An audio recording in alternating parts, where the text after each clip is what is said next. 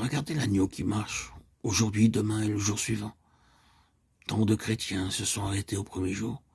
Ils ont vu l'agneau portant leurs péchés et ils s'en sont réjouis, comme nous devrions aussi nous en réjouir.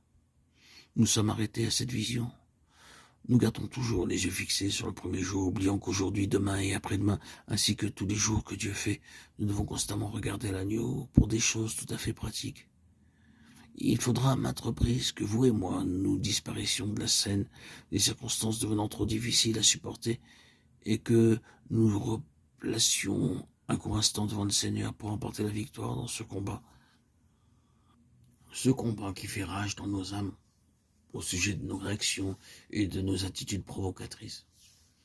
Il se peut que nous ayons réglé ce contentieux par la lutte et que nous en ressortions victorieux grâce à l'esprit de l'agneau, en remettant le tout entre les mains du Seigneur, qui nous répondra en son temps. C'est cela, suivre l'agneau. L'agneau se retirait souvent pour être avec son père, à cause des situations qu'il rencontrait. Il lutta jusqu'au bout, puis il fit un pas de plus. Puis, ayant fait quelques pas en avant, il se jeta contre terre et pria que s'il était possible, cette heure s'éloigne de lui.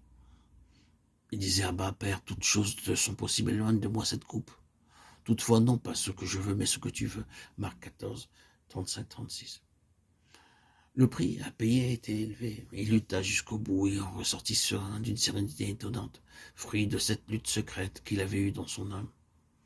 Il livra son âme à la mort. Ésaïe 53, 12. L'agneau de Dieu est donc pleinement consacré à Dieu. Notre texte nous montre deux aspects de cette vérité. Premièrement, lorsqu'il vint au Jourdain pour être baptisé, Jean fit la déclaration suivante: voici l'agneau de Dieu. Telle était l'attitude d'entière consécration que Jésus avait adoptée initialement. L'agneau immolé de la fondation du monde déclare à présent devant la foule et à la face du monde que de toute éternité, son attitude à l'égard des intérêts de Dieu a toujours été empreinte de consécration.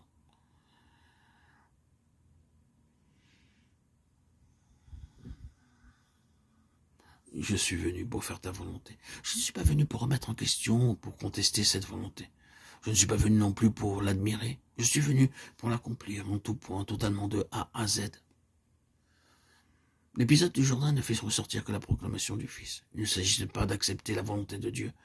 Ceci avait déjà eu lieu avant la fondation du monde, et c'est à ce moment-là que l'agneau fut immolé. Arrêtons-nous un peu sur cette déclaration: l'agneau immolé dès la fondation du monde. Que signifie-t-elle? Elle signifie tout simplement que dans les conseils de Dieu, alors que les trois personnes de la Trinité s'entretenaient de ce grand dessein, ce dessein éternel, et décidaient de le mettre en application. Nous parlons ici à la manière des hommes. Le Père dit alors au Fils: tu sais ce qui va se passer. Tu es bien conscient du défi qui t'attend, et tu connais les dégâts occasionnés par l'intrusion du péché. Le prix à payer pour sauvegarder ce dont nous parlons en ce moment est exorbitant. Cela nous coûtera tout. Alors le Fils répondit: Père, je payerai le prix. Voilà ce qu'il faut entendre par l'agneau immolé. Puis le Père dit: très bien, nous en partagerons les frais. Le prix à payer sera à la fois le mien et le tien. Et c'est à cet instant que nous pouvons intercaler cette phrase: Dieu a tant aimé le monde qu'il a donné son Fils unique. Lorsque le Fils fit son apparition ici-bas, il ne fit que prendre publiquement sur terre la position qu'il avait entérinée auparavant et la proclamer ouvertement. C'est au Jourdain que sa consécration totale et son engagement sans faille furent manifestés. Là encore, il s'agit de contempler l'agneau dans sa marche. L'agneau demeurait chaque jour dans la position qu'il avait adoptée initialement, et il en subissait les conséquences.